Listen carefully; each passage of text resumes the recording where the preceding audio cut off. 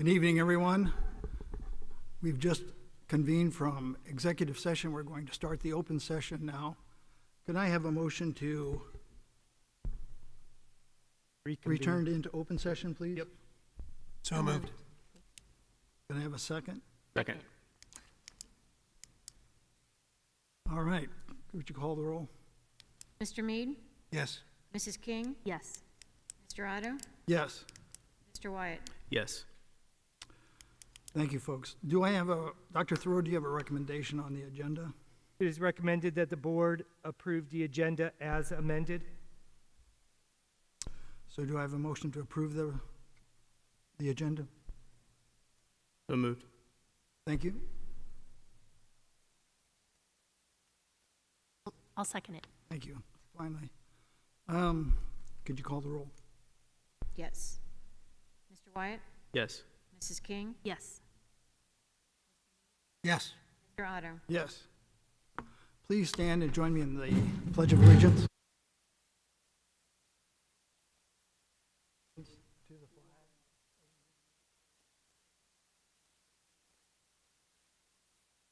One nation, under God.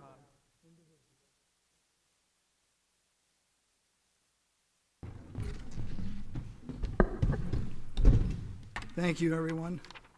Mr. Mead, the Butler Technology and Career Development Report. Okay, Butler Tech held its organizational meeting on Tuesday, January 21st, and re-elected Mr. Brett Guido from Monroe as president and Mr. Jim Detzel from Northwest as vice president. Other things that happened at the meeting, we had a discussion about our lottery. As most of the high school students who want to get in Butler Tech know, we now do it by a lottery system instead of interviews. We're looking at data about how that is working, particularly are our success rates the same as when we did interviews, and how many students are maybe moving out of programs or not completing them, because that data is important in deciding whether we continue with this system. And the lottery system was put in place to lessen, take away the chance of bias that might show up in interviews. Another thing, I looked up our attendance, because the lottery system may affect, because it's all luck, how many students are attending. So I looked up at how many Talawanda students are in Butler Tech campuses, and in the 23 school year it was 85, in the 24 school year it's 86, and in the 25 school year it's 86. So the numbers have stayed rather remarkably close. The other thing that happened at Butler Tech is on Wednesday, January 29th, the Butler Tech board approved Dr. William Sprankles as the new CEO, Superintendent of Butler Tech. He will start that position at the end of this school year. Thank you. That's my 3 minutes, Mr. Otto, is that what you're saying? That's enough, Mr. Mead. All right, thank you. Excuse me for that. Mr. Wyatt, the Legislative Liaison Report. Yes, and this will be a little bit more than 3 minutes. We have a few things to cover on the legislative side. Tonight's presentation will really focus on three critical areas affecting our children's education. And it's just an overview and not a complete list of the upcoming state and federal legislation. First, I'll walk through the Ohio House Bill 8, which passed during the December lame duck session, and its implications for our public schools. Next, I will provide an overview of two upcoming budget proposals, one from the Speaker of the House and another from the Governor. Understanding both of these proposals is crucial, as they're going to shape educational funding and priorities for the next 2 years. Next, I'll examine the proposed Trump executive order to dissolve the United States Department of Education. This discussion will focus specifically on how the department's elimination would affect our students, our schools, and educational programs. Finally, I provide you with a way to let your voices be heard, because those who wanted to fund our schools must hear your voice. In December, the Ohio legislature passed House Bill 8, and Governor DeWine signed it into law. In summary, the bill requires school districts to create a mandatory religious release time and require educators to out students sexually and mentally who have concerns, they must give that information to the parents. The bill also requires a public school to let parents know about sexual-based content material ahead of time and prohibit any sexual-based content being taught to students K through 3. It's a little vague on what exactly is sexually based content, but that is in the legislation. Now, to be clear, Ohio already had regulations that govern parental notice, review, and opting out of instruction. House Bill 8 also, for the first time, mandates the mixing of religion and education in public schools. Ohio law had already permitted school districts and boards of education to make a policy to let students go to a course of religious instruction during the school day. But House Bill 8 changed the wording in the Ohio Revised Code from may to shall, which meant that this was a mandate for all public schools. Religious release time must meet 3 criteria. The course must take place off school property, be privately funded, and schools may have parental permission. In short, public schools must release our students for the use of another term, Sunday school, during instructional time. Now on to this year's state legislative session. Coming into the budget session, Ohio is in the final 2 years of the General Assembly's school funding plan, passed a few years ago. Before the session, Ohio's new Republican Speaker of the House said that he was looking at cutting spending for public education, calling the current formula a policy that was created after the state had unconstitutional funding for 3 decades, quote, unsustainable. What Speaker Huffman is referring to was the additional dollars districts would receive over a 6-year period, which would give additional support to the local districts so they can rely less on property taxes. The first 2 years were partially funded. The second 2 years were fully funded, and there's just 2 years left to go. Speaker Huffman and leadership in the House said that they want to stop that from happening. Huffman said, and I quote, "I don't think there's going to be a third phase of funding." Now, it's worth noting that Speaker Huffman is the most vocal advocate in the legislature on behalf of private school vouchers. Ohio state taxpayers spent over $1 billion in public money to send kids to non-public schools. Now, Governor DeWine just released his budget proposal, and it does differ from the ideas that the Speaker has proposed. In that, the governor has sided with public schools in that he supports the fully funding of the last phase in the 6 years plan. However, DeWine wants to reduce the guarantee money that goes to schools that experience sudden plunges in state revenue compared to the previous years. Now, that would affect Talawanda quite a bit. Now, the fact that the governor and the Speaker of the House are at this moment far apart on their ideas on funding public education in this budget cycle is something that we're going to keep a very close eye on. But there's one thing that the governor and the new Speaker do fully agree on, and that is that the school voucher program will not have any cuts going forward. Now, the federal level. The Trump administration has begun drafting an executive order that would kick off the process of eliminating the Department of Education. Now, the move would come in 2 parts. The order would direct the Secretary of Education to create a plan to diminish the department through executive action. Trump would also push Congress to pass a legislation to end the department, because the Congress is the only entity that actually can do away with the department. Now, here are some key programs that would be impacted. They're not the total list of programs that would be impacted by eliminating the Department of Education, but here are just some highlights. Title I, which directs money to schools with high concentration of students living in poverty and provides support such as reading specialists and smaller class sizes. If you block granted some of that money and sent it to the states without any accountability or oversight, it would decimate Title I programs. Ohio students would absolutely suffer. Moreover, roughly about 8 million students, or 15% of the student population, receive special education. under the Disabilities Education Act, which provides $15 billion to support families with disabilities, students with disabilities. Again, if you block granted that to the states without accountability or strings attached, every student, every family that relies on special education in the United States is going to suffer. The Education Department also administers Pell Grants, federal student loans, and loan repayment and forgiveness programs. About 40% of U.S. college students today rely on these federal loans to pay their tuition. Students and families could lose this support, leading to more students dropping out, fewer choices, and fewer options for families. Now, in my opinion, all of these proposals, in one way or the other, is a direct threat to the health, wealth, and safety of our children, to our schools, and to our families. And as a school board member, I know all of us on this stage are fighters for public education, or we wouldn't be wanting to be on a school board. But we need your help. My challenge as one school board member to everybody that would be listening, especially parents and students, because you all are the most effective at delivering a message.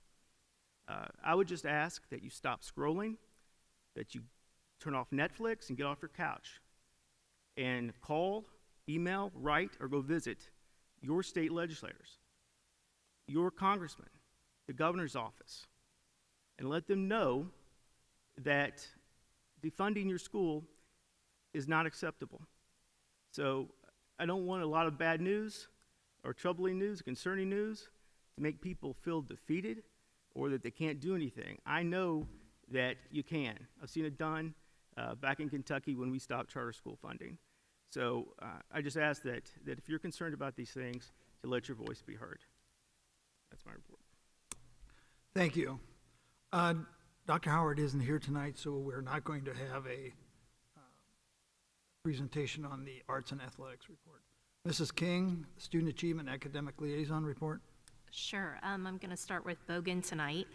At the beginning of the year, we created a teacher-led PBIS committee to increase the positivity in our building. We have begun implementing our plan and starting with the cafeteria. Each class had the opportunity to earn paper ice cream scoops. Every day they followed the expectations of being kind, if they followed the expectations of being kind, safe, and responsible. After 10 scoops, classes earned ice cream parties. Our students were very motivated to earn their ice cream parties, and every class was successful. Because our students did so well, we are now focusing on grade level rewards in the cafeteria. We asked students what rewards they would like to work for and tallied up their answers. Grade levels are currently working for a movie party during lunch. We're really proud of our students for working so hard, and we are grateful for our cafeteria monitors and staff for their support. On to the high school. The Kiwanis Club in Oxford honored Layla Neenover in its November meeting. Accompanied by her school counselor, Savannah Schwegman, Layla received the Kiwanis Scholarship and Citizenship Award. We genuinely appreciate our community partners like Kiwanis who support the THS family. Teamwork and collaboration were celebrated as students were recognized on the PBIS committee's bulletin board and their outstanding contributions. Mock Trial Team 2 qualified for regionals on February 7th. Dr. Weatherwax continues to lead an impressive group of motivated students. Notably, the THS family captured 6 of the 8 awards at districts. Congratulations and good luck at regionals. The THS robotics team, directed by Ms. Heidi Schran, earned the Judges Award for its first competition 2 weeks ago. Community partnerships continue to be a theme as the Community Engagement PLC hosted THS graduate Anna Claire, the Hanover Township Fire Department, to discuss her career. Additionally, we welcomed ThyssenKrupp Bilstein of America, who spoke with juniors and seniors about career opportunities at their high school performance shock absorber plant in Hamilton. On to Kramer Elementary. Our staff continues to work with Mrs. Gregg and Mrs. Slager on our new ELA curriculum, Bookworms. The teachers are receiving and sharing feedback, and the students are working through the new curriculum. Our students are raising money for the pets affected by the wildfires in California. We are collecting money to send to the Pasadena Animal Shelter.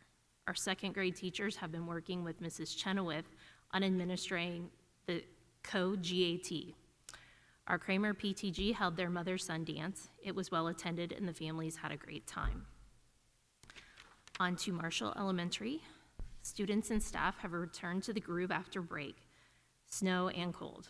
Our big PTG fundraiser is underway. Students are hoping we reach our goal so they can slime Mrs. Jones. Teachers are working with students to help them set daily, weekly, and/or monthly goals for themselves in and out of school. Students are creating all kinds of excellent writing pieces and are enjoying the stories that are part of the bookworm curriculum. Talawanda Middle School. Second quarter at TMS had more than 400 students making honor roll, a 3.5 GPA or higher, and 162 of them had a 4.0 GPA. Upcoming, we are hosting an intergenerational book club partnering with Lane Library. Soon, our 8th graders will be doing their annual visit to explore careers at Butler Tech. We are very excited about this opportunity. Lastly, I'd like to give a little update about the Talawanda FFA. Chapter officers, reporter Addison Roller, Secretary Sarah Petrie, and Treasurer Sarah Watkins have completed their officer books, and they put a lot of time and effort into organizing and planning their books. This year, we are excited to announce that all 3 books receive gold-rated status. These officers will take the stage at the Ohio FFA Convention this spring to be recognized for all of their hard work and dedication to their office. Hunter Gunther prepared and competed in Butler Tech's Empower Challenge. Hunter utilized his professional skills through elimination rounds, culminating in a panel interview at the TQL Stadium. He ended up as the first runner-up in the challenge, but the networking and skills developed made throughout this process would be valuable now and forever. The food science team placed 7th. The team placed 7th at state. That included Hunter, Sydney, Addison, and Sophie. The state team evaluated protein, bar ingredients, and packaging to prep for the state practicum. Lastly, 19 FFA members traveled to Dublin, Ohio with their advisors to attend the Connect IM conference. Our members learned all about how to build healthy connections, goal setting, and finding their purpose. They met new people and enjoyed a night of dancing at the end of the conference. Our very own Anna Moeller, Ohio FFA president, was there to help in facilitating the conference. That's it. Thank you, Mrs. King. So now we're on to the resolutions and presentations. Mrs. Hansel, 2025 School Board Association Star Awards Program presentation. Thank you, Mr. Otto. We just wanted to take a moment, actually, to recognize Pat Mead, your fellow board member, this evening. Pat is the recipient of the 2025 OSBA Service Award under the STARS Award Program. The Service Award is a distinct award, and STARS, in this case, stands for Service, Training, Aptitude, and Recognition. I'm assuming, Mr. Mead, you knew this was coming. We just received word about 3 or 4 days ago, so congratulations. I wanted to also talk a little bit about how exclusive this award is. There's over 3,400 board members in the state of Ohio, and this year only 71 will be recognized with this distinct award. So it's pretty exclusive, and we're very proud of Mr. Mead for receiving it. And I invite all of you and community members, if you see Mr. Mead out, to tell him congratulations. A couple things worth mentioning is that in addition to serving as a school board member here in Talawanda, he is the board representative for Talawanda to the Butler Tech Board, and he also has been serving on our safety committee at the district level for many years now. So congratulations, and thank you for your service. Thank you, Holly.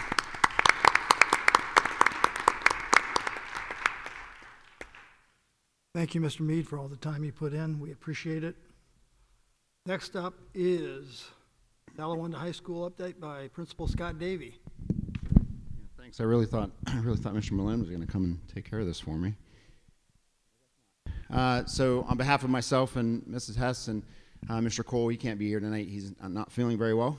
It is our privilege to serve as the administrative team here at the high school and provide tonight's annual update, which We'll take a little bit of a different flavor than the last couple of years. 2 years ago, we talked a lot about our culture and climate through the lens of THS Family. You heard a lot from students 2 years ago. Last year, you saw a lot of information that actually our staff had shared about how things were going in that same regard.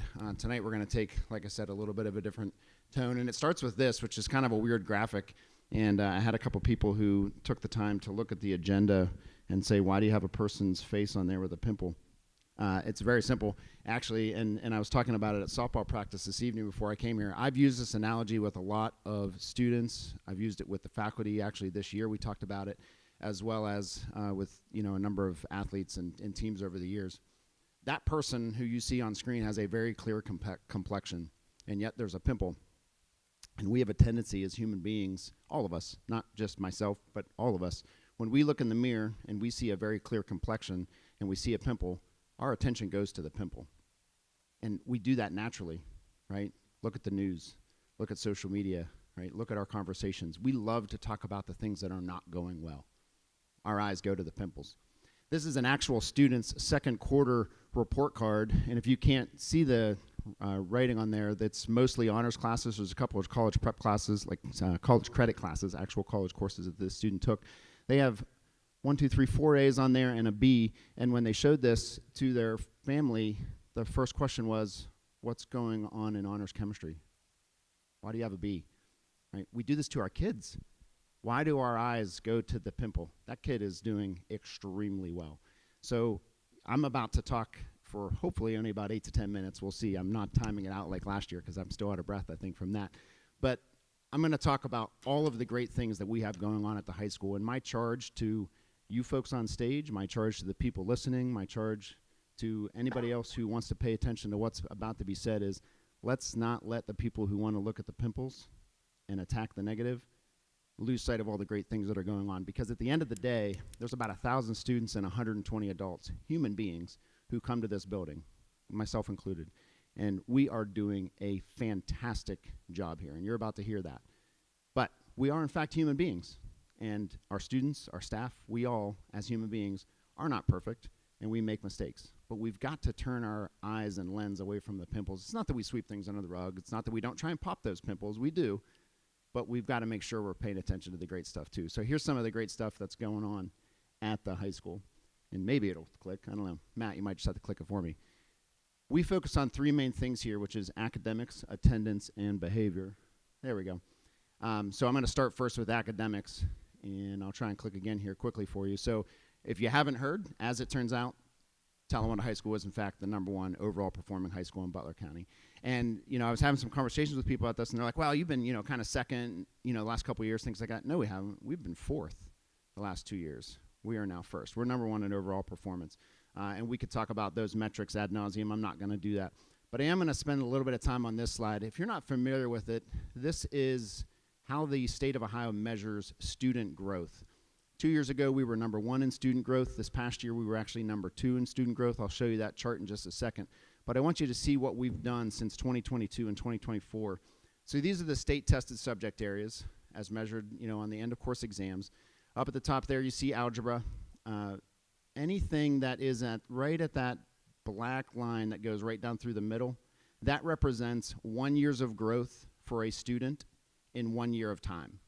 So I might come in as a student who is below basic, and my teacher's job is to make sure I am at least as below basic as I was. That's the goal. Grow me at least a year. Don't let me become more below basic. Mrs. Hess might come in as advanced. Teacher's job for Mrs. Hess is to make sure she is as advanced as she was at the beginning of that year. So a year's worth of growth in a year's worth of time is what that dead center line measures. If you look at where we're at, our algebra is in the light blue. That is dramatically more than 1 year of growth is the best way to describe it. You'll see the numbers if you dig a little closer, but that's what that is. But we had some pimples, right? In 2022, U.S. government and American history were both dramatically less than a year's worth of growth. But look where they're at now, right? They have made significant gains. And I will tell you, this is where our professional learning communities, our data days, our work with curriculum has really started to pay dividends. Biology, 2022 and 2024, continuing to make years worth of growth. English language arts has gone from making a year's worth of growth to, again, being in that light blue, dramatically growing kids, and geometry can say the same. And geometry's in a tough situation because that test no longer counts for graduation, but we still have to give it. And our students are doing super, super well in there. It's a real testament to the work that our teachers are doing. So I mentioned that we were number 2 in overall growth last year. Here are all of the Butler County schools. You can see we were second to Lakota East. We edged out Lakota West. And you can see where some of those other schools are. Again, 0 on this growth metric, meaning 1 year of growth and 1 year of time. We are on our growth measure at about 2.6. We're doing a great, great job. And I'll pause for just a second to say, who's doing a great job?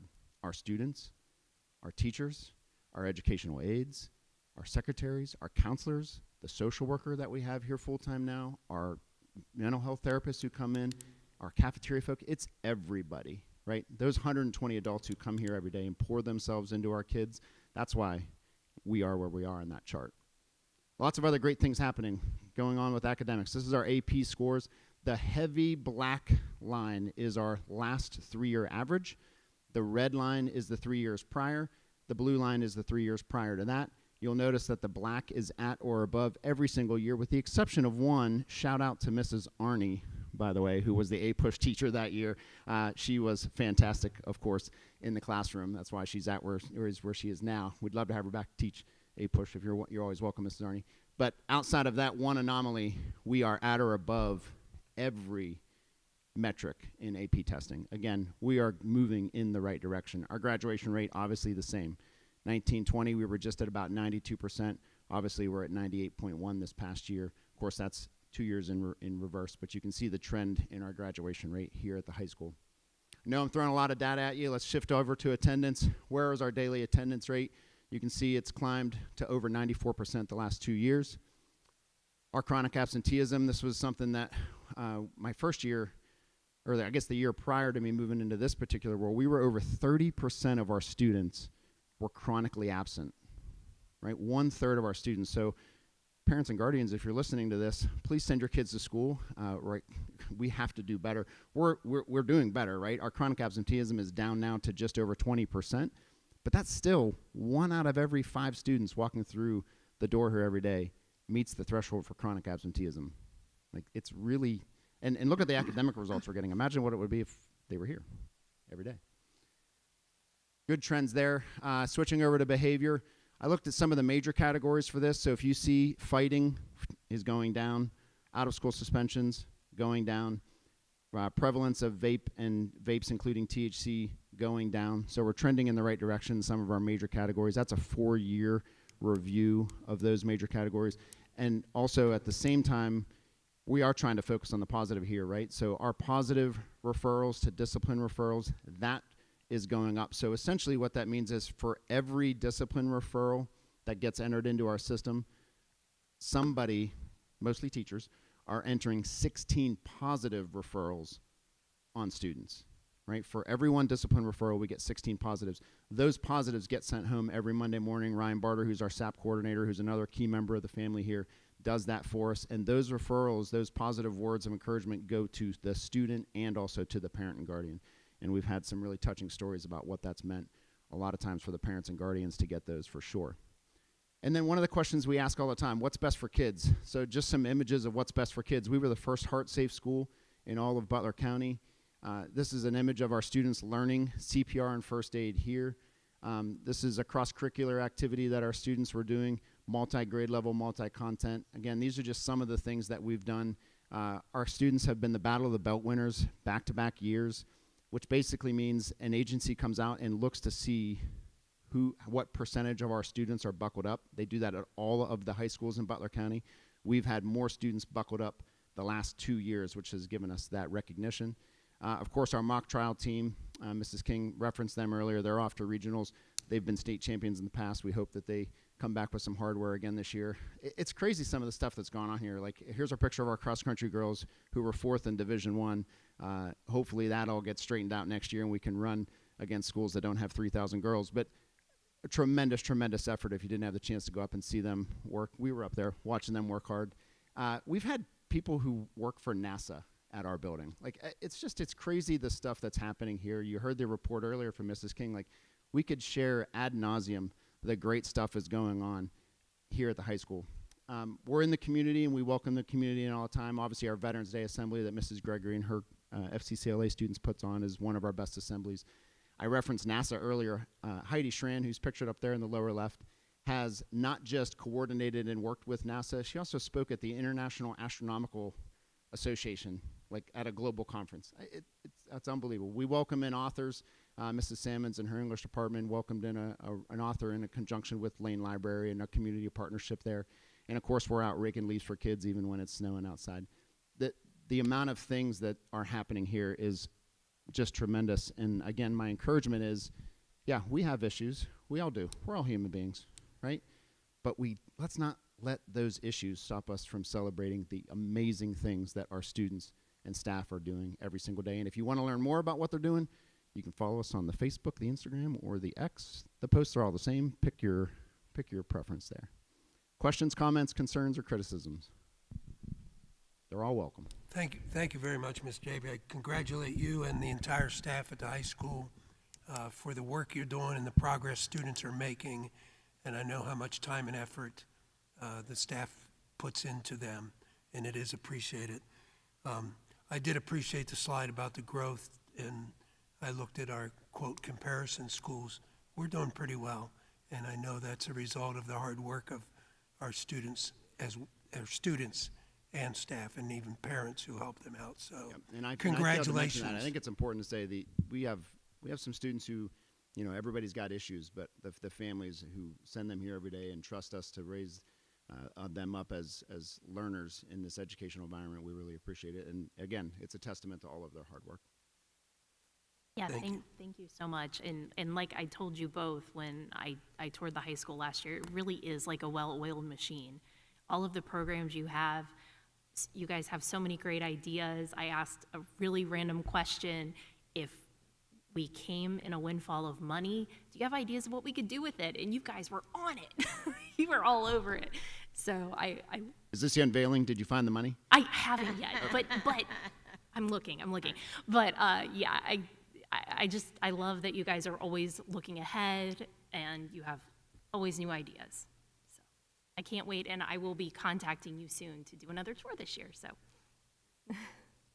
This year I've been able to go to some basketball games and some football games, and when I look around, I see all of our staff working at these events, making them happen for our kids. Now, this is after a full week of working, and I'm sure they're working evenings, but still to come in and do that, we really appreciate the effort that they put in.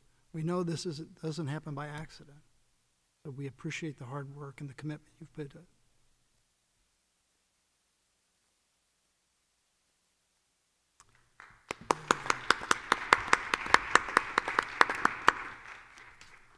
Special Education Profile Update, Director Stephanie Arney.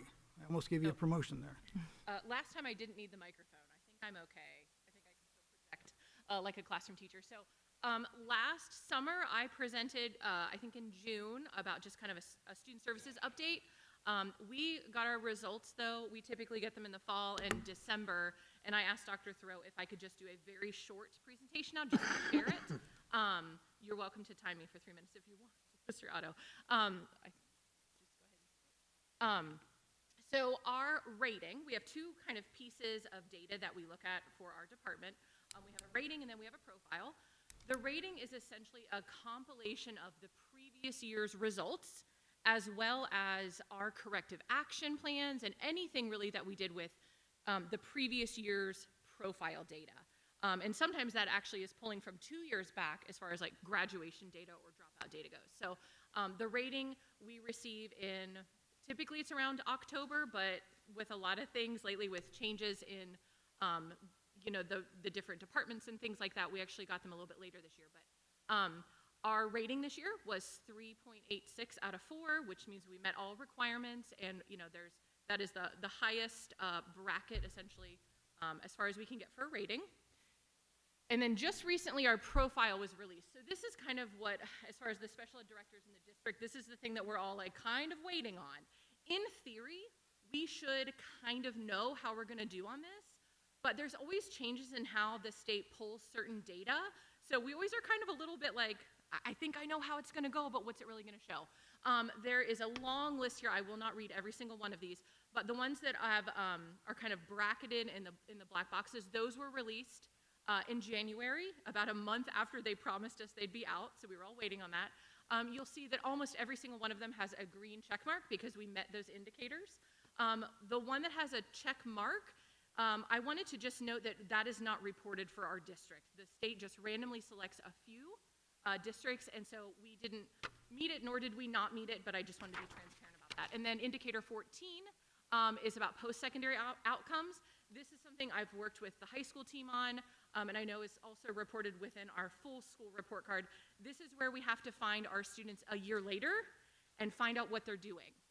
And that is something that across the county and really the state, different districts are working on, like, how can we really fine tune this? So we did not meet that indicator. However, there's no corrective action because, again, I think a lot of us are just still going through the growing pains of once a student has graduated, we got to find them a year later and get them to engage with a survey about what they're doing. So I will just kind of briefly summarize each of these. So indicator 12 is about our students who transition from Help Me Grow or early intervention services to an IEP by their 3rd birthday. We met every single one of those.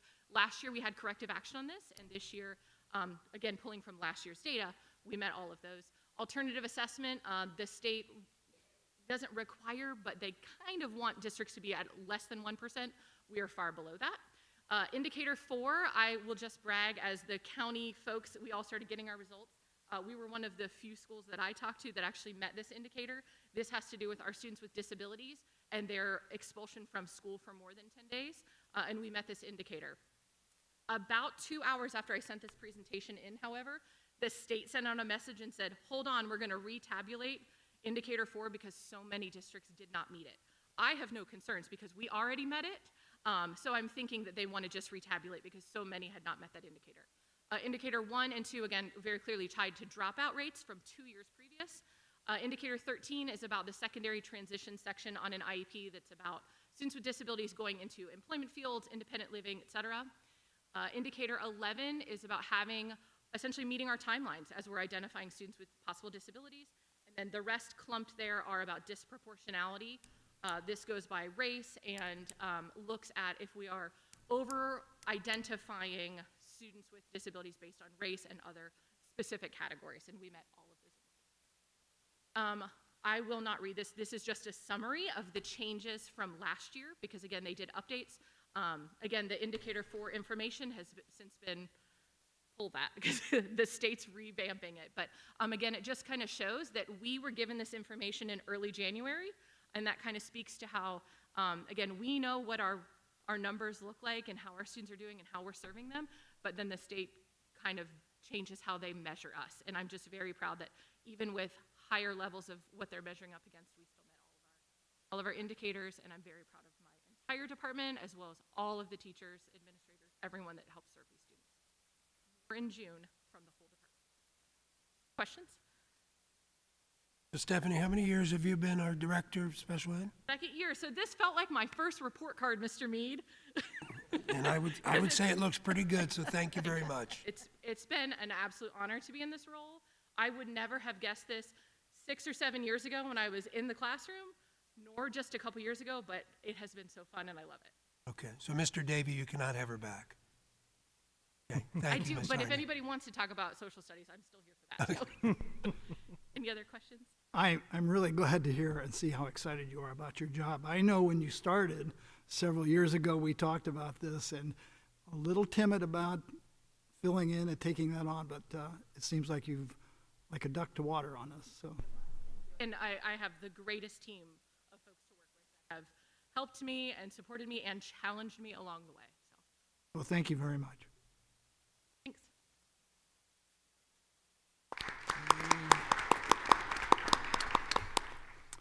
So now we're at the stage where we have visitors and public participation. Just a few reminders. When you come up, state your name, state your affiliation to the district. You'll have 3 minutes to talk. As it gets to the end, I'll give you a warning like I gave Mr. Mead. Please address the board and not any individuals. This is our time to hear from you. We won't be responding. We want to hear from you. So the first up is Scotty King.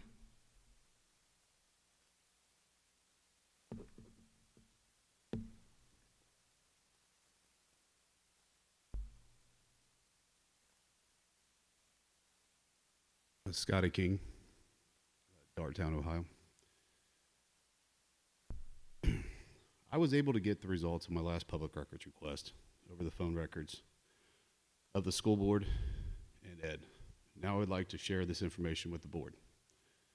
I was hoping that the board and Ed would have reached out to Don by phone more than the last time I checked, and the last time I hoped that they would contact our new board member as well, Matt. Unfortunately, neither was the case. No calls were made to Don from any of these phone numbers since June 1st of 2024. Matt has only had one call by one person on the stage, and it was, I think, probably just to check the phone number since he was newly elected or appointed, sorry. I'd like to state to the board that Becky and Ed spoke 26 times, totaling 418 minutes. Chris and Ed spoke 31 times for 280 minutes. Pat and Ed spoke for 316 minutes for a total for over 32 calls. The board member that quit spoke to Ed 27 times prior to stepping down in September. That was only 3 months. And a whopping total of 583 minutes. That's an average 166 minutes a month. Communication.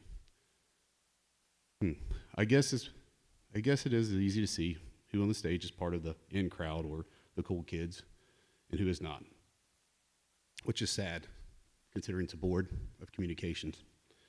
Interesting, the phone records also showed that the board president, Becky, called Talawanda Policy Consulting Company, Neola, represented the day after the December board meeting, morning after.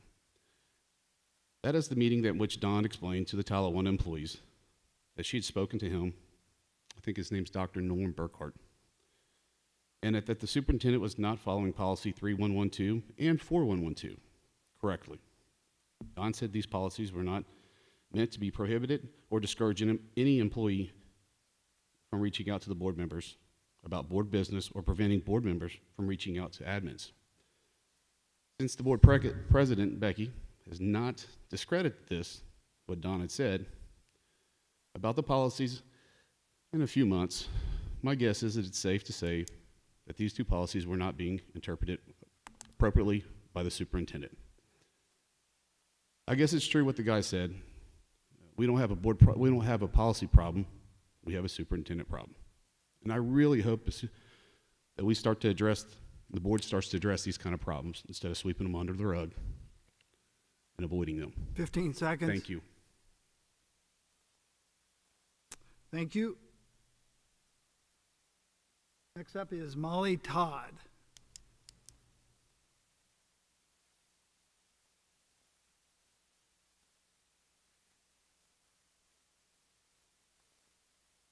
Good evening. My name is Molly Todd, and I teach 6th grade at Talawanda Middle School. Tonight I am here to speak about Glen Helen. Glen Helen is a beloved tradition that is a part of the 6th grade curriculum. According to the records at Glen Helen, next year Talawanda will celebrate 50 years of going to the Glen. This is longer than any other school district. As a teacher who has chaperoned Glen Helen for over a decade, a mom who will have a 6th grader next year, and a Talawanda alumni who attended Glen Helen, I am committed to continuing to offer this experience for our students. The learning that occurs at Glen Helen is something that can't happen in the classroom. If you are new to the Talawanda community, you may not know what Glen Helen is. Glen Helen is an outdoor education center located in Yellow Springs, Ohio. Each year, 6th graders have the opportunity to attend this overnight outdoor classroom to experience hands-on environmental science learning. Students enjoy daily hikes, including a night hike, a stream study, animal encounters at the Raptor Center, competing for the Golden Dustpan, and a family-style meals with their trail group, where they learn the importance of taking only what you can eat. Speaking of taking only what you can eat, if you are not new to the Talawanda community and a Glen Helen alumni, you probably also remember being taught the wasted food cheer by Mr. Edwards, longtime Talawanda teacher and Glen Helen chaperone extraordinaire. This weekend I saw Mr. Edwards, and of course he wanted to know, are you still going to Glen Helen, and when do you go? For many years we rotated between trips in February and May. The Glen is beautiful in the snow, but nothing beats spring fever at the Glen with a bunch of 6th graders. I was happy to tell Mr. Edwards, yes, we are still going to the Glen, and will be going in May. Over the past 15 years, due to many district budget constraints, the budget for Glen Helen has become almost non-existent. Students pay for their individual trips to Glen Helen, then the remaining cost of the trip, including busing, subs, scholarships for students in need, is the responsibility of sixth grade staff to secure funding through TMS building administration and grade level fundraising. Another special Talawanda sixth grade student had a memorable trip to the Glen. Her trip resembles many sixth graders' experiences, including my own. This trip allowed Amanda Drake the promised outdoor classroom experience, but it also offered her a chance to leave the nest and gain the courage to spend the night away from home. Amanda Drake passed away in 2010, and her family set up a fund through the Oxford Community Foundation to help support Glen Helen trip. They are currently working to revive this fund, and the Drake family is collecting donations to support the fund at Shademakers. The sixth grade staff would like to thank the Drake family and Shademakers for helping us ensure we can continue to take students to the Glen. And thank you to the board for allowing me the opportunity to speak tonight.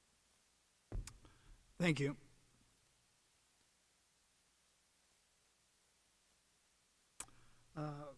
Stephanie Pearson.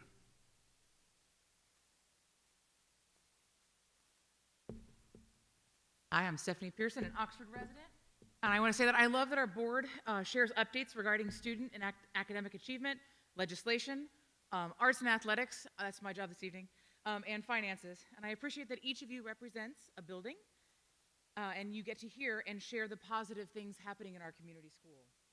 It feels good when a school board works with staff to understand how the public education system is structured, mandated, and navigated. Our students thrive when schools and families work together to keep our students safe and achieving their potential.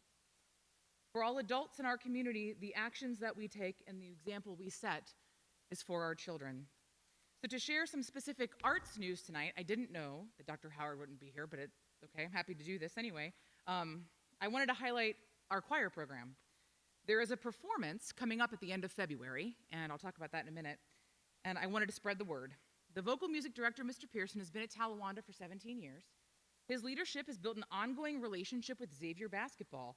THS choirs have performed the national anthem at a Xavier game every year since 2017. The chamber singers performed at Music Hall last year. This year, 4 students were selected for the Ohio Music Educators Association 3rd District Honor Choir, one of which as a soloist. The THS choir program regularly hosts groups of Miami students currently enrolled in music education methods classes. These students, for their music ed practicum and conducting classes, visit Talawanda for 8 to 9 weeks at a time, observing Mr. Pearson's instruction and working with him to teach lessons. THS Choir's upcoming concert includes a collaboration with Princeton City Schools. You can see this performance on February 26th, 7 p.m. here at Talawanda, or on March 6th at Princeton. All songs being performed jointly were arranged in Oxford. Scheduling for next school year will start soon, so for any students who want to improve their pipes, Talawanda's choir program offers concert choir, vox femina, chamber singers, and show choir during the school day. Fermata Nowhere a cappella choir meets after school. Mr. Pearson also teaches ukulele, music theory, and topical music classes. This semester's topical music class, Rock Band, is being taught by Mr. Marston, also a tremendous teacher and a great guy. I am grateful for his instruction in music advocacy through the Talawanda band programs at the high school. Children and teens who study music are 24% more likely to graduate. A Georgia Tech study spoke to how music enhances spatial temporal skills, executive functioning, problem solving, and boosts IQ. We know that music also nurtures creativity and helps manage anxiety. Beyond the high school, I know that Talawanda offers a lot of rich opportunity, and I wanted to thank Dr. Howard, who isn't here tonight, but for being the Arts and Athletics Liaison. We are grateful for her support and for her advocacy. Thank you. Annie Klink?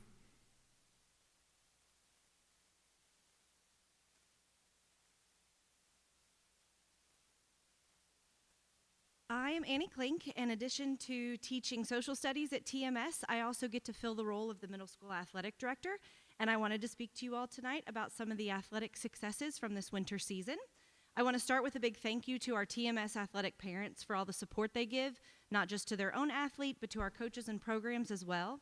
The winter season always has challenges, from weather to spanning 2 different grading periods to schedule adjustments from trying to fit 4 teams into one gym, and our parents are great about being flexible and helping each other out so that every kid feels supported. They also bring some serious energy to the stands during our competitions. I also want to give a thank you to our middle school coaches, both from the building and the community, who spend countless hours trying to build not just athletic skills, but a positive culture for our students, often at the expense of time with their own families. They regularly miss family dinners at home and have to rely on others to handle things like homework and bedtimes. So I want them to know that TMS appreciates their dedication to our kids. This season saw some amazing successes and improvements for all of our teams. We had 13 new wrestlers join our program this year, which brought our numbers up to 19, which is one of the highest in a while.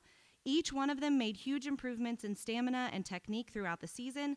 Last Friday, we hosted the SWAC League Championship meet at TMS, with the Brave finishing as league runners-up, and 11 out of 16 weight classes had TMS wrestlers on the podium receiving a medal, including 2 weight class champions. All 4 of our basketball teams showed determination and growth. Our 7th grade teams, both boys and girls, increased their skills exponentially as individuals and as team. Both 7th grade teams made it to the championship game in the SWAC tournament last weekend and finished team runner-up on both sides. At the 8th grade level, the boys finished the season at the top of the SWAC and claimed the tournament runner-up trophy at the tournament, and the 8th grade girls capped off an impressive junior high run by finishing the year as both the undefeated SWAC regular season champion and tournament champion. And while these accomplishments are a testament to the consistent hard work of each of our athletes and coaches, one of the things that is most impressive about our middle school athletes is how they show up for each other. The winter season is long, and we all spend a lot of time in the gym, but these athletes make it a point to support the other teams when they can. In January, we hosted a wrestling try on a Thursday night, and both the girls and boys middle school basketball teams, along with the high school wrestlers, showed up to make a student section in our upgraded bleachers that rivaled the best high school cheering sections around. Even the official was impressed with what he called the electric environment that the athletes created for our wrestlers on the mat. Most of the time, our basketball teams have to play on the same 15 night. seconds. But we did have a couple of dates where that wasn't the case, and each team made a point to come to the other people's games. Even our high school teams, boys basketball, girls basketball, and wrestling showed up, and I want to say thank you to the high school coaches for making them feel like part of the program. Thank you for listening. Have a wonderful evening. Thank you, Annie. And thank you for your helper coming along.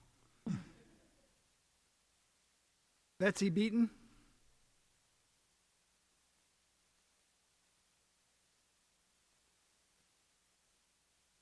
Good evening. I'm Betsy Beaton, a 2nd grade teacher at Marshall Elementary, a proud Talawanda alumni, and a lifelong resident of Oxford.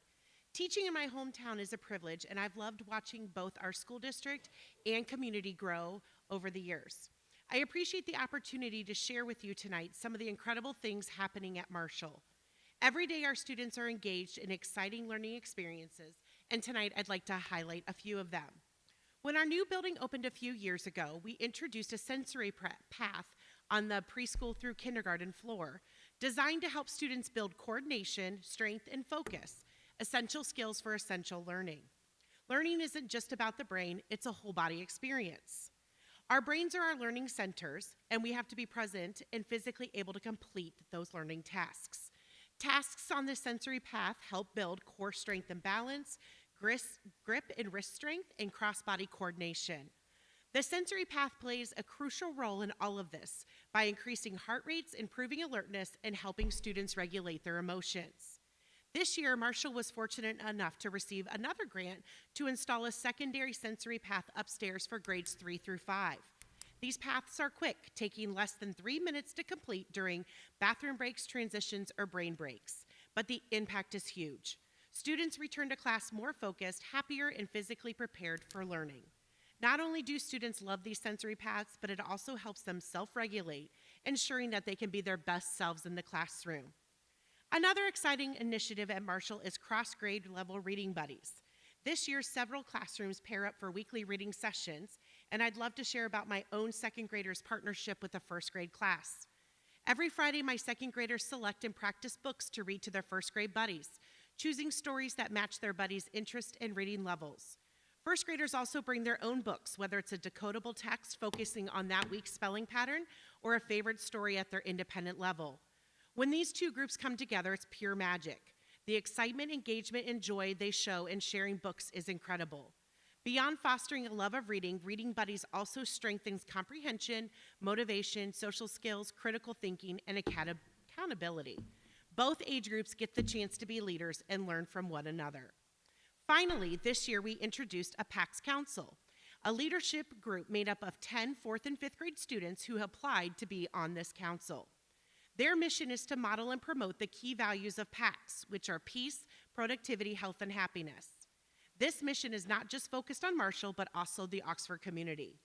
One of their first big projects was organizing a PAX Reboot assembly for the entire school after winter break. They planned and led activities reminding students what it means to be a PAX leader everywhere we go. They even invited a local community member to speak about making positive choices every day. This is just the beginning for the PAX Council, and I can't wait to see how these students continue to make a difference. I appreciate your time tonight and the chance to share these exciting initiatives with you. Marshall is truly a special place, and I'm grateful to be part of it. Thank you. Thank you, Mrs. Beaton. Megan Kuykendall.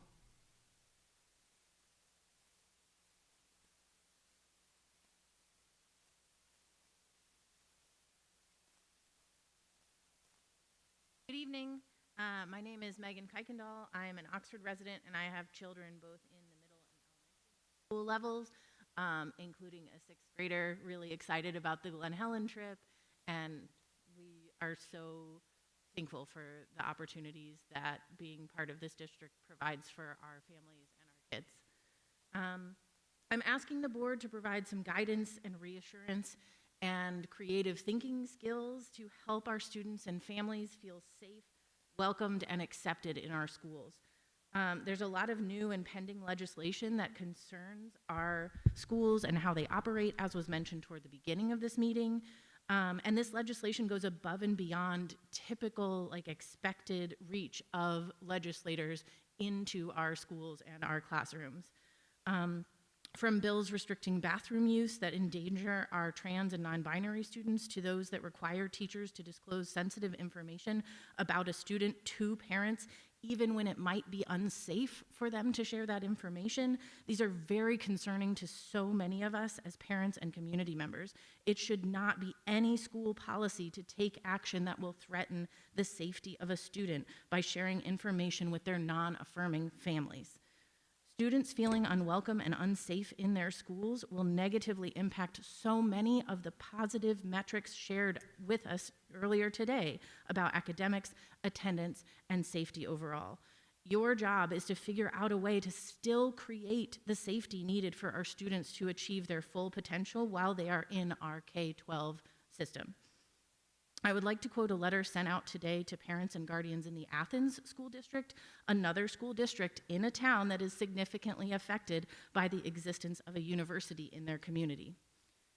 Ramifications in the bill, they're referring to HB 8 in this instance, include the requirement for schools to notify parents if their child experiences a change in mental, physical, or emotional well-being, even if that change, this is my addition, even if that change is because of the family. This also includes if the school is made aware of if their child identifies as LGBTQ+. This measure goes against decades of what has been accepted as policy on the national and local level. The overreaching effect of these changes is unprecedented. We are in the process of attaining guidance from our educational associations and legal representation before making any final decisions on how these changes will impact our policies and day-to-day operations. Furthermore, we will be explicit in helping our staff, students, and families understand what we are legally able to do and not moving forward. Thank you. While these changes will not affect their commitment to acceptance and safety, it is really important that we have this guidance, including what we're going to do and what our students and staff are expected to do if immigration officials were to come to school. Thank you for your time. I really hope to see some guidance similar to what is in this letter, and I'm happy to email that to the board after this meeting. Thank you. Thank you, Mrs. Kuykendall. Kelvin Corbin.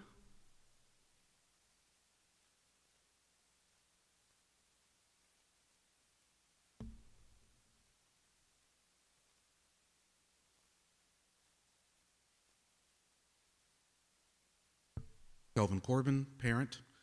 I'm here to speak on behalf of a group of neurodivergent students who are not getting their needs met and tend to be overlooked. The district has shown an unwillingness to advocate for them, so I'm here to do so. Students who are identified as gifted have different needs than neurotypical students. It is my opinion that the district did a great disservice when they eliminated the program a year before originally intended on the 3-year plan for budget cuts. An entire subgroup of Talawanda students didn't get intervention from a gifted teacher. Instead, they received the admirable and best efforts of an already overburdened general education teacher who then had to make time to complete extra reading requirements to earn credits as the official teacher of record for gifted students. This happened while schools are already short-staffed due to the elimination of other key players, such as the school counselor, who would have otherwise been able to help meet the needs of gifted students. Some of these needs are social and emotional, and the school counselor works to teach those children social skills to interact with all of their peers. Another crucial need for these gifted students is time spent experimenting and thinking beyond the core curriculum with like-minded peers in a small group setting where the teacher has the opportunity to truly dive deep into their thinking process, as well as challenge them in ways that help them grow in grit and perseverance. I have multiple children enrolled in Grit. My oldest loves how the program challenges her in fun ways. My middle child has told me that Grit expands her mind, and she particularly enjoys working on fun cooperative puzzles with her peers. And while I appreciate the district bringing back some level of services, the amount of funding and time dedicated to these students is woefully insufficient compared to what the district had previously provided. The current model still places an undue burden on the homeroom teachers because they're still technically the teacher of record. Educational research shows that early intervention is vital and best practice, and yet the children at Kramer, Bogan, and Marshall receive fewer than half the days with intervention than they used to. As far as I understand, gifted and talented students are the only set of neurodivergent students who are still lacking in resources, especially compared to their pre-cut levels. Like any neurodivergent student, these identified as gifted and talented have unique needs outside of the standard bell curve and curriculum. They benefit socially from working together in small groups, as well as the 21st century soft skills that GRIT programs can offer on a daily basis, especially at the earliest and most important levels. The district seems all too happy at how the high academic achievement of these kids benefits the district's standing, and yet seems unwilling to entertain the idea of returning to a gifted program as it was prior to their decision to cut services ahead of schedule. The lack of another gifted teacher on the list of potential positions to hire is just another data point that shows that the district is not advocating for the gifted and talented students under their care. There is a term for treating someone unfairly while benefiting from their work: exploitation. And while I'm sure that's not your intention, it is an easy mistake to fall into. 15. These students deserve to have a full week of academic intervention, not simply because they happen to be gifted, but because they are neurodivergent students with needs that are equally as important as every other Talawanda student who needs and receives intervention. Thank you. Thank you, Mr. Corbin.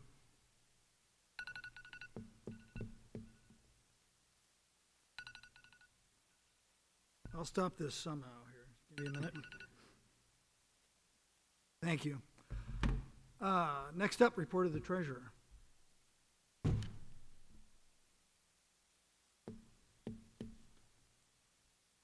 So I think Ms. Stafowski wants to block A, B, C, D, and E. Approval of the minutes from the January 9th, 2024 organizational regular meeting. Approval of gifts. Approval of appropriation modifications. Approval of then and now over 3,000, and approval of the financial report for January 2025. Do I have a motion to approve 6A, B, C, D, and E? So moved. Thank you. Do we have a second? Second. Thank you. Questions or comments? Mr. Fauska is looking at the financial report for January, and it seems we're spending a little less than we thought we would. Yes. So we are on par with the November projections to date. There is one other timing issue that did not make it into the finance report, and that is in relation to the casino revenue tax that is normally received in January, but will be receipted in February, and that's about $93,000. But we are in good shape, and we are following projections of the forecast. So it looks like our cash flow's much better than it was a year ago even. So we're doing really well. Have you heard anything? I had heard the auditor, Nancy Nix, was wanting to possibly do a 10% decrease in taxes on farms. I have not heard anything about that, but I can look into it. Okay. Some farmers were talking about it, so I No, wasn't sure. I have not heard that yet, but Okay. thank you for putting that in my scope. And I did have one other question, if you're done. Oh, Ms. yeah, King. sorry. Okay. I No, you're didn't mean to fine. interrupt you. The guarantee, I saw that there's questions about being on the guarantee in the budgets, and we are on the guarantee, correct? We are deep on the guarantee. Are we one of the districts they're looking at? What's that? Are we one of the districts they're looking at cutting us off the guarantee? We don't know because we don't know what certain districts, what does certain mean? Yeah. When he talks about that. So certain districts, he will ask for a 5% cut in fiscal year 26 and a 10% cut in fiscal year 27. And my fear is that this is going to be like the TPP, the tangible personal property in the phase out. And so, to my knowledge, this is the first time that a governor has talked about reducing or eliminating the guarantee. So this is very concerning to me. Okay. Yeah, I saw that, and it just said certain districts, and I thought, It'd be nice to know the criteria or the definition of certain. right, because that'll have a major negative impact for Talawanda. Thank you, State of Ohio. So I noticed we received a number of gifts. I'd like to thank those people for being so generous with their time and their efforts, money. We really appreciate those. Those go a long way, so thank you. So, would you call the roll? Mrs. King, Yes. Mr. Mead, Yes. Mr. Wyatt, Yes. Mr. Otto. Yes. Motion passes.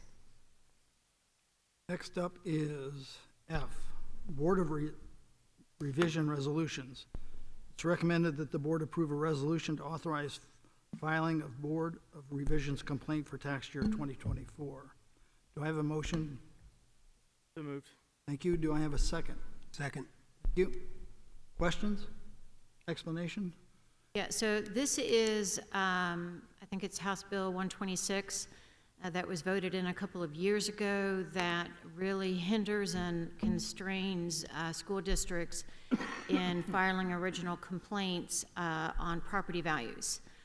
I will repeat, homeowners are never in question if they go to file by March 31st as far as they dispute their property values. We are not going to file an original complaint against it. What we are concerned about is the commercial properties that potentially are not paying their fair share of the property taxes, which puts a heavier burden on the homeowners, the residential, versus the commercial. So House Bill 126 dictates that we notify, so let me back up. If a property sells and it's for, back then it was for over 500,000 and 10%, we could then go and file an original complaint. If it didn't meet that threshold, then we were not allowed to. But we have to, if it meets the threshold, we have to notify the commercial property, the LLC or whoever owns that commercial property. These two LLCs, these two property owners have been notified. They have received a letter. But the second process is that the board must pass a resolution in order for us to file that original complaint. So this is that second piece that allows us then to petition with the Board of Revision in Butler County. Right. Thank you. Any other questions? Would you please call the roll? Mr. Wyatt? Yes. Mr. Mead? Yes. Mrs. King? Yes. Mr. Otto? Yes. So the next up is another Board of Revision resolutions. We need to do these one at a time, so that just for the knowledge of everyone. It is recommended the board approve a resolution to authorize filing of a Board of Revision complaint for tax year 2024. Do I have a motion? So moved. Thank you. Do I have a second? Second. Thank you. Questions, comments, concerns? All right, would you please call the roll? Mr. Mead? Yes. Mrs. King? Yes. Mr. Wyatt? Yes. Mr. Otto? Yes. Motion passes. Next up, I would like to just give a quick update, Finance and 5, on our permanent improvement. There are so many other funds that we have within our books other than the general fund that every other month I thought that we would take a little bit of a glimpse into some of our other funds. What are the definitions of them? How do these funds work? And educate the board if they're unaware, and educate the community. So this is the first of that, and this is on our permanent improvement. Matt, next slide. So our permanent improvement is currently 2 mills and generates an average of 1.8 million annually, with 338,000 of that money being moved to an 034 fund. So if you're looking at the cash report, the cash summary report that's attached to each of the end of the month board docs, that is the 034 fund that you will be seeing, down within all of those funds. And this is a requirement due to our OFCC obligation, which was agreed upon with the anticipation of the Kramer construction project. And it was agreement made so that it's ensuring to the state that we have enough money to be able to sustain that building long term. So this money is for the improvements of the buildings, repairs, maintenance, for any of the buildings constructed through the OFCC program. So right now this would affect Kramer and Marshall. I still have some questions in as to whether we could utilize some of the 034 fund for the high school, since we funded that, but that was utilized as part of the ELP in order to be able to get the OFC support from Kramer and Marshall. But that agreement was done through the Board of Education in December of 2013, went into effect in 2014, and that money will need to be transferred from our 003 PI fund to the 034 fund through 2037. So it's safe to say that Marshall and Kramer are well taken care of for the preservation down the road. Some of the things that I have heard, why can't the 003 fund salaries, benefits, or any of the other day-to-day operations? It is not legally allowed. It is only utilized for items with a lifespan of 5+ years and is a very restricted fund. It's a capital improvement fund that can do school buses, roofs, security, safety, flooring, classroom furniture if need be. Our athletic turf field is going to be coming out of this, but it must have a life of at least 5 years. If it doesn't have a lifespan of minimum 5 years, it cannot touch the 003 fund. Next slide, Matt. So Mr. Hubbard touched upon this a little bit, I think it was last month, but I thought it would be kind of nice to just give a broad overview of the buildings that we have within our district, the year that it was constructed, how many square feet within each, and then if it has asphalt and concrete that needs to be maintained each and every year. So in a nutshell, we have 288 acres to maintain, 513 plus thousand, or 500, over 513,000 square feet of buildings, and over 1 million square feet of parking lots to maintain yearly. That is a lot of facility to maintain. And honestly, we can, any of these expenses within this slide can come out of our general fund. It can come out of our permanent improvement, and as I stated in the previous slide, a few of these buildings can come out of our 034 fund. If a boiler, if an HVAC, any of that starts to fail, it can tap the 034 fund. Next slide, Matt. This is going to show, this slide shows shows a little bit of the historical information on our actual expenditures tapping the PI fund fiscal year 15 to fiscal year 24. The revenue reflected is after the $338,000 has been moved out into that separate set-aside fund. And if the cash summary was viewed as of June 30th, 2024, you would see the ending cash balance sitting at right around $2.4 million. For informational purposes, the 034 fund is sitting at $3.6 million at fiscal year end this past year. If you take a look at some of the nuts and the bolts here, in fiscal year 21 and 22, the PI fund did take a hit when it was utilized for our water main project, the upgrade that is leading into Marshall, and for the upgrades that were made that exceeded the OFCC funding parameters for constructing Marshall. In fiscal year 23 and 24, we did have some relief in this fund as we were able to shift some of these capital purchases into the ESSER 2 and the ARP grants that were allocated due to the pandemic. As a side note, the third from the bottom line that states total debt payments is the debt that we owe for constructing Kramer and Marshall, and we still have a little bit of money due for purchasing Bogan construction overages, the furniture within that building we had to borrow in order to fill it with furniture and classroom desks and chairs and such. So these three debt payments are consuming roughly $900,000 of our annual revenue. When will they be paid off? So Bogan furniture should be paid off 2030. Kramer, I believe it's 2043, and Marshall 2048.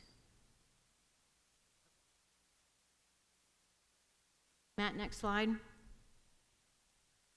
So what are we looking at going forward? So just like we do, just like we do a general fund forecast that is required by ORC, we are not required to do a forecast for PI or any of these other funds, but we still do one.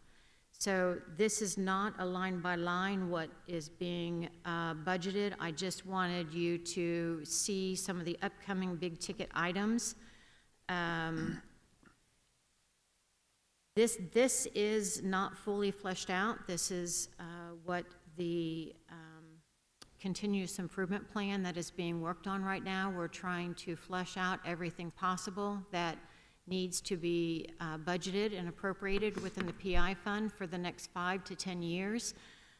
This is just the numbers that we have and the age of, due to the age of some of these items, as far as the internal items, as far as the boilers, chillers, HVAC and such, and even in the parking lots that need to be repaired. So I do have most of these items. They are budgeted and planned through 2035, but truly they are just a placeholder, as we do want to finalize the continuous improvement plan, and then there will be a lot of shifting and priorities moved around once that is fleshed out. And on that, actually I have one more slide.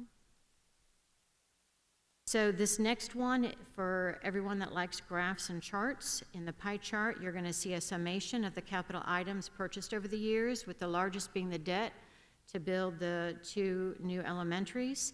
In the graph you will see the spike, as we already talked about, in fiscal year 21 and 22, where we not only were paying for the debt for the 2 buildings, but the board approved the transfer of funds to Marshall Construction in order to support local initiatives of that building, as well as to pay for the water main upgrade that was a requirement that we had to do in order to support that new building. And on that note, I am finished. Thank you for listening to me, and are there any questions? I have just a random question. With the vehicles and trucks that we have for maintenance, do we lease or do we own them? Do we what? Do we lease or do we own them? We own them. Okay, I thought so. Yeah, I wanted to highlight the over $2 million we spent in 21 and 22 on Marshall, and make sure people understand why we had to do that, because the state gives us so much money per square foot to build the new building. And I think the original drawing was such that the cafeteria was extremely small. They would have had to have 6 lunch periods. And the choice is just take the state money or throw in local money to deal with that. And so the board at the time spent local money to make sure the cafeteria was such that you could have lunch periods and didn't start when the kids got off the bus and end when they were getting on the bus. And I think the other things we had to do was move the bus. We put the bus lot in the back. Correct. Which cost extra money because of safety issues. Yes. Of loading and unloading out there. We added room in the hallways so that we had academic breakout areas. And what it was, the original drawing had Marshall a very small, Spartan place for the students who live in the Marshall area, right after we had finished Kramer, which was a pretty classy building for the students who lived in the city area. And I remember being on the board and saying, you know, people said we need to make sure that our facilities are somewhat comparable. Correct. So we put local money in to make them more comparable to one another. And the PI fund therefore took a hit. But those are the kind of decisions that have to be made about this fund. It's kind of prioritizing. But I want to thank you for explaining much more of this. I learned a lot tonight, so thank you. Yeah, the OFC, the state money is fantastic. We're never going to deny it, but it is a prescribed formula that is very limited in what they're going to, they believe a student deserves X, you know, this is the square footage for a classroom. There's no extra, there's 0 extras. And so if we want the best for our children, the local initiative, we're going to support it. Yeah, they kind of said how many square feet we can have, right, period. Yes, it's very prescriptive. And also, when I look at this fund, and I'm thinking back of other meetings, didn't we use COVID money to help relieve this fund? Oh, yes. I mean, a number of projects that we, Oh, yes. well, that helped save this fund. Yeah, the Shouldn't say save middle it, but- school, we did EMS windows. $600,000. Air handler. yeah, Door that locks. was it. Mhm. Well, thank you for that. Any other comments? All right. Okay, I have one other, just a quick, very quick update that was not in my informational, but based on, I think it was last month that the board authorized us to begin the contract conversations with the Moats Group on the turf field. So we actually did receive that. Jake did receive that, sent it my way. The contingency, there was an issue with the contingency, so I sent it back. But we are expecting that for the March 20th board meeting for the board to see and to give a final approval. So I just wanted to let you know that that is still in the works. What is the estimated time for them to start that project? I believe time? that the goal is still the June. It is. Yeah. It is. As soon as track is over to Okay. start, yeah. All right, any other questions or comments? All right, report of the superintendent. Now, we're going to block part of 7A, 7B, 7C, 7D, 7E, 7F. Is that correct, Dr. Thoreau? You can do 7E. Did you say 7E? I'm sorry. I said 7A, 7B, 7C, 7D, and 7E. Do 7F and 7G if you would like to. All right.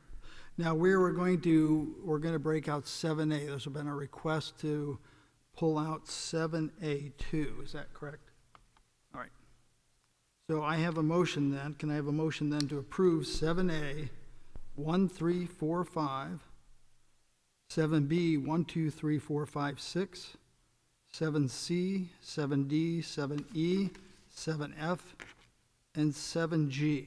So moved. Do I have a second? Second. Thank you. Questions? I just had one question on the policy. Was this a policy that Neola came to us recommending? Correct, and What I Mike, figured. I had a parent ask me, so No, no, no, I you're said I would ask the question. you're fine. Mike presented it in December, but we didn't do it at the organizational meeting. We Okay, pushed that's it what I back. thought it was That's that why one. there's like a little lag in there. Okay. So any other questions? All right, would you please call the roll? Mr. Mead, Yes. Mr. Wyatt, Yes. Mrs. King, Yes. Mr. Otto. Yes. Passes. All right. Moving on. So now I would like to make a motion for 7A2.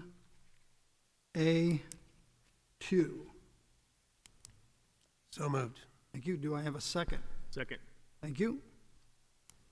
Questions, concerns? I was just gonna ask possibly to request to move it to a future date, because I had a few questions, but I'm not allowed, according to board council, to ask them at this time. Have to wait for something to finish up, so I didn't know if that was possible. That is news to me. So board council came to you, or you had questions for board council? I spoke with, she told me that, Was I believe anybody you else? have to, I believe you have to get a motion to table it and then get a second on that motion. If there isn't one, we move forward. so That's how, Pat, you're right.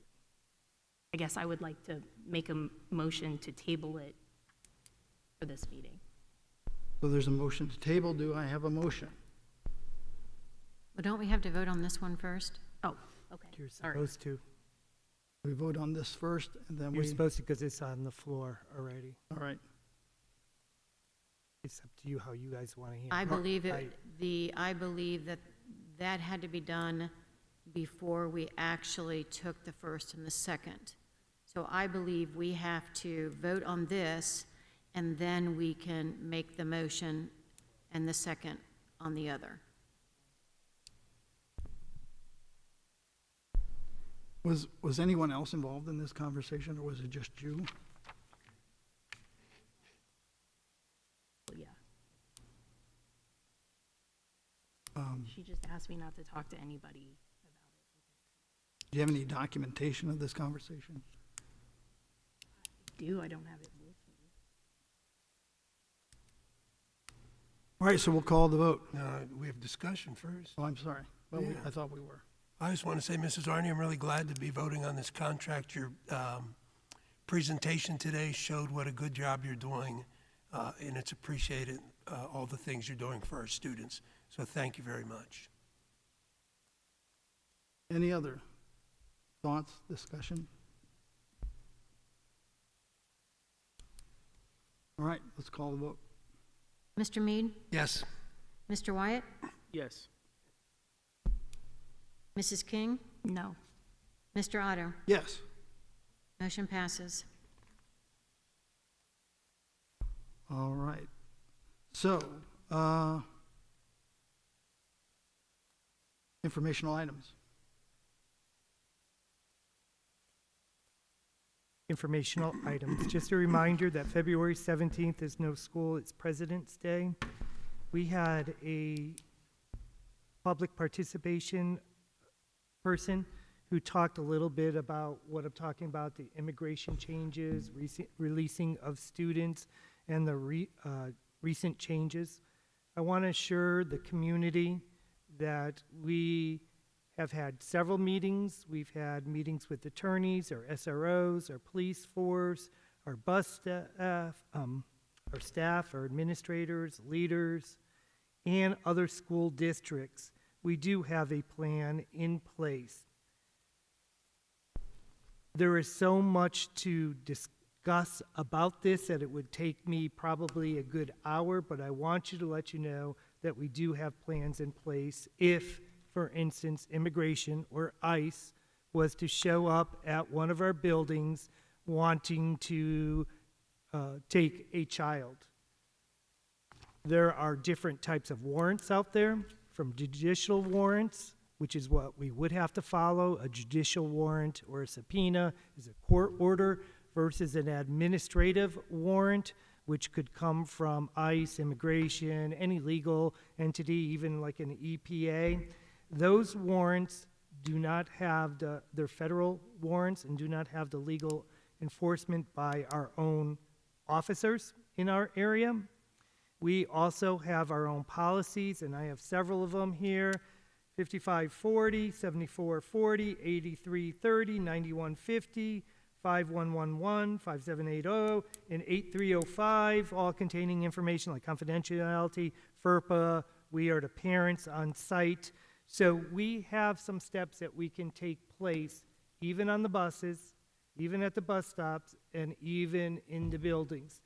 Now, President Trump has made it easier for law enforcement like ICE agents to come. We will still act on behalf of the students' representatives, and if we have to get our lawyers involved, we will.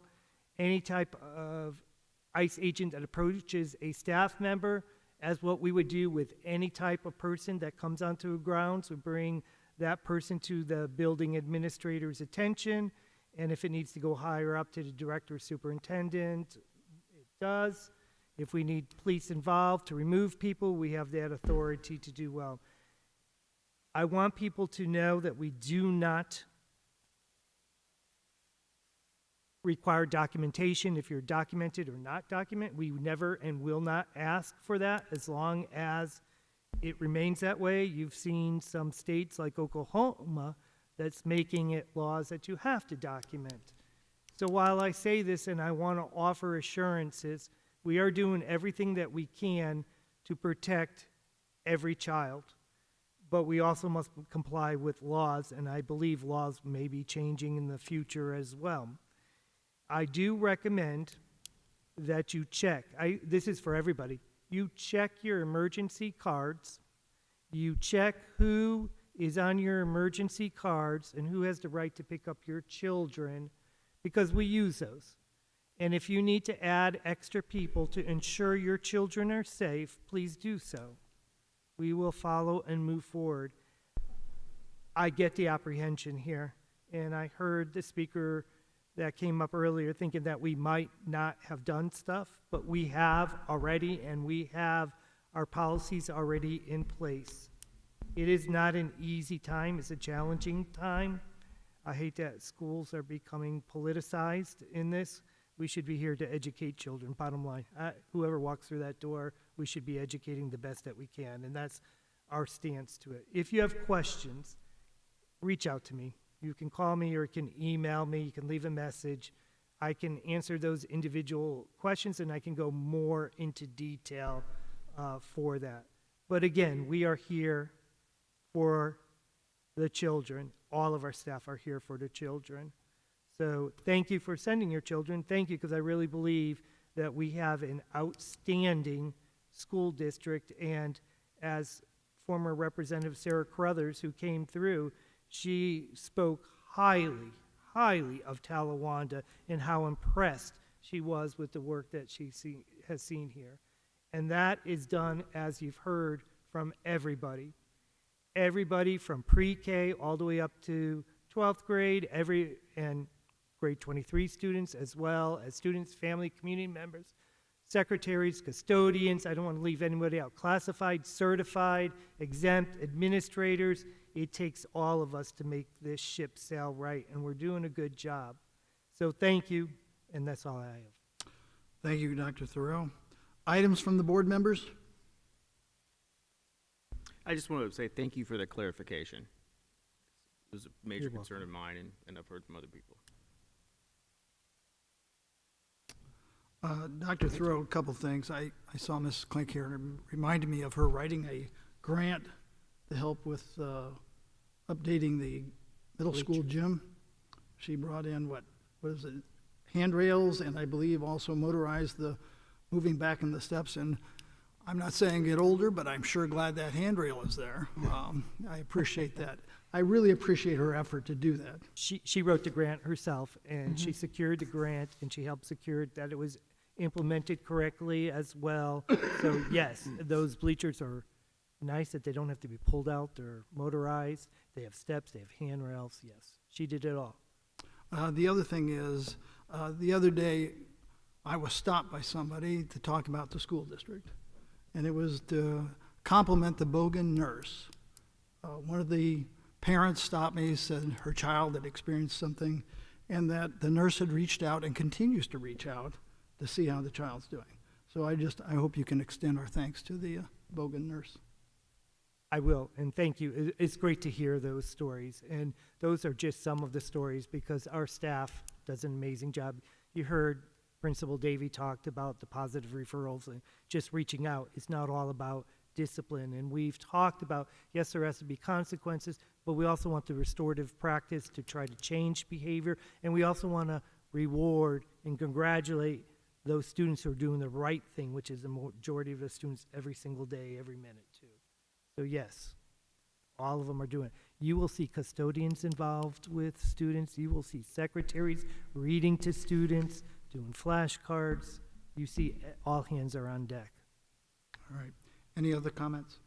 Yeah, I want to thank the presenters tonight that gave us information about what's going on in the school, as well as the teachers who come up and help us to focus on the positive. There are so many good things going on at Talawanda. I was in 2 of the buildings since the last meeting, and walking around those buildings and seeing the teachers and the students just reminds us that why we're here for those students.